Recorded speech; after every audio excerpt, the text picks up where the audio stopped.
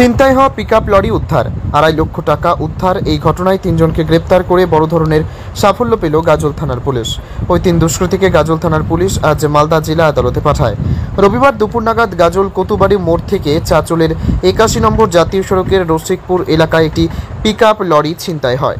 গাড়ির মালিক উৎপল সাহা, তার বাড়ি মালদা জেলার রতুয়া এলাকায়।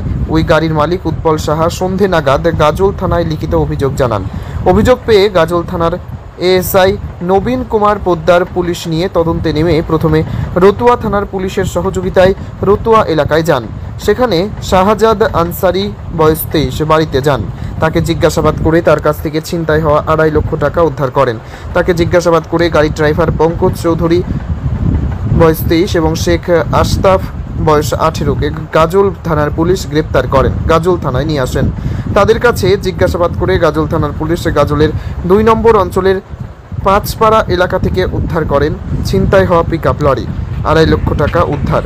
এই ঘটনায় ৩ জনকে গ্রেপ্তার করে গাজল থানার পুলিশ। বড় ধরনের সাফল্য পেল পুলিশ।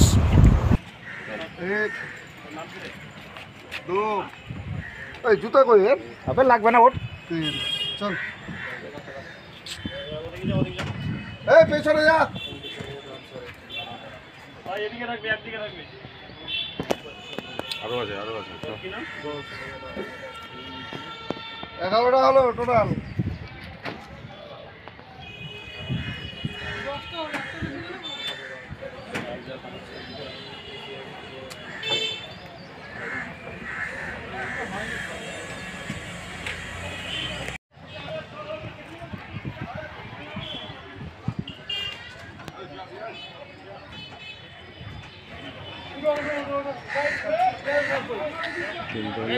ফায়ার করেছে।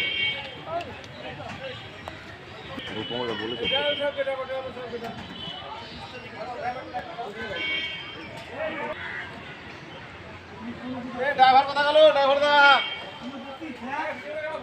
কারা ভিতরে গেছে।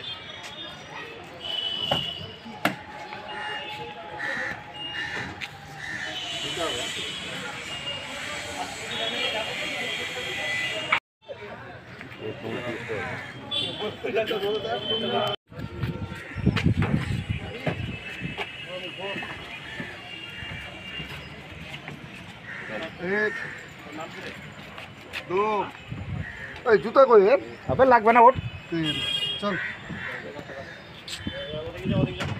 এই পেছনে যা, এদিকে রাখবি, একদিকে রাখবি, আরো আছে 11টা হলো টোটাল।